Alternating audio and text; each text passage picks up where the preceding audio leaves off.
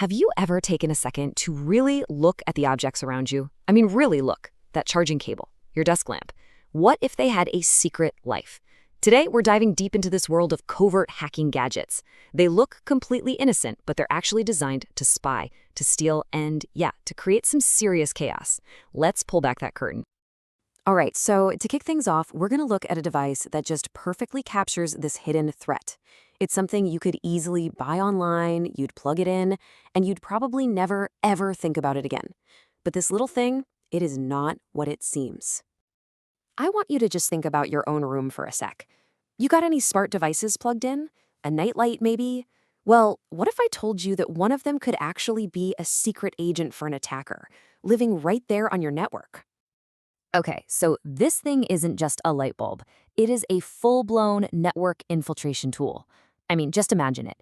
It gives an attacker a secret backdoor right into your Wi-Fi. It's snooping on everything you do online. It's grabbing your passwords. It can even hijack the video feed from your security cameras. And the absolute scariest part? It does all of this while looking completely normal, blending in perfectly with your other lights. And this right here is the heart of the problem. What you see is just some generic smart plug, the kind of thing you could get from any online store. But what it is a purpose-built hacking device. There are zero visual clues. You would never ever know it was malicious until it was way too late. So that nightlight is pretty terrifying, right?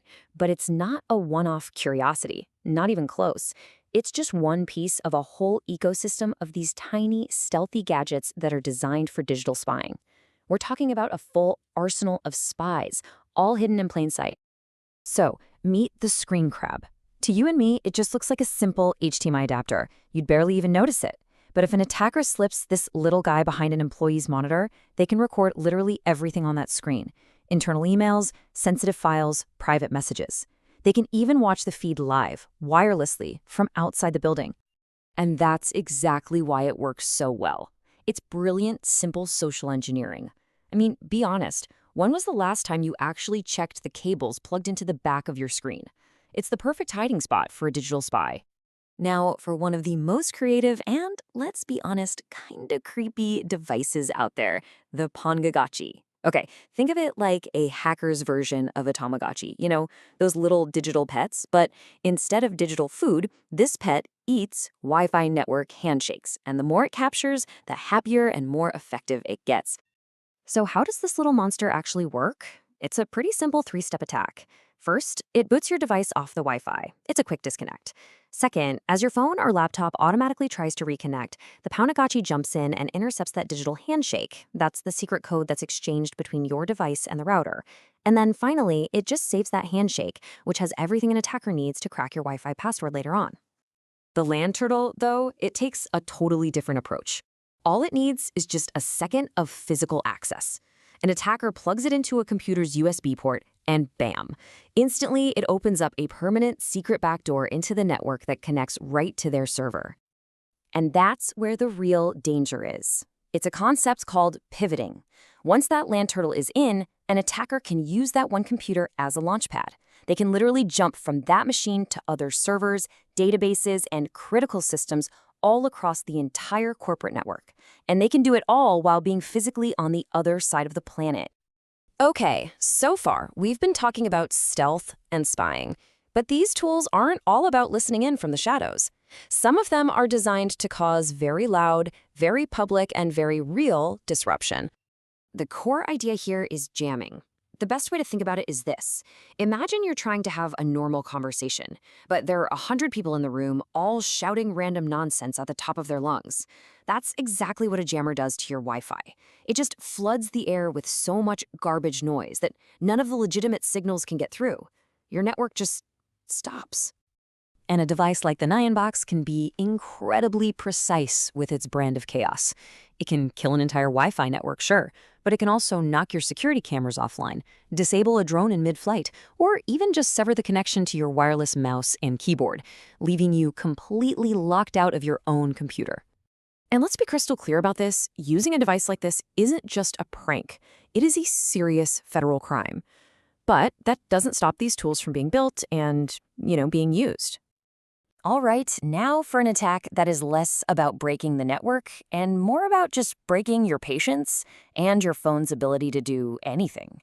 It's called the sour apple attack. This is just truly maddening. A nearby device can flood a modern iPhone with a non-stop stream of system-level pop-ups. Join this Apple TV, sign into iCloud, transfer your number. It makes the phone completely unusable. And the craziest part of all? It works even when the phone is in airplane mode. And the creativity for causing this kind of chaos seems to be boundless. I mean, picture an attacker changing the prices on a gas station sign from across the street, or hijacking the jukebox in a bar, or even sending a fake low tire pressure alert to your car, tricking you into pulling over. These aren't just pranks, they're real-world physical disruptions. So when you're faced with this invisible arsenal, the obvious question is, how do we even begin to protect ourselves? This is a constant cat and mouse game, and honestly, the tools for defense are just as fascinating as the tools for attack. So, one of the most fundamental defensive tools is the Faraday bag. It's basically a simple pouch that blocks all incoming and outgoing signals. Law enforcement uses them all the time. When they seize a suspect's phone, the first thing they do is stick it in one of these bags. Why?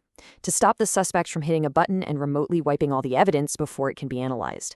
But a Faraday bag doesn't really solve the core problem for us, the everyday users. And this quote it hits the nail on the head. A smart bulb is supposed to be on your Wi-Fi network. It's supposed to be emitting a signal. So if you see that signal, how on earth are you supposed to know if it's the friendly bulb you bought or the malicious one an attacker swapped in? And this all leads us to our final big question. As more and more of the objects in our homes, our offices, and our cars become smart and connected, that line between what's helpful and what's harmful gets dangerously blurry. In this new world, figuring out what and who we can actually trust, well, that might be the biggest challenge of all.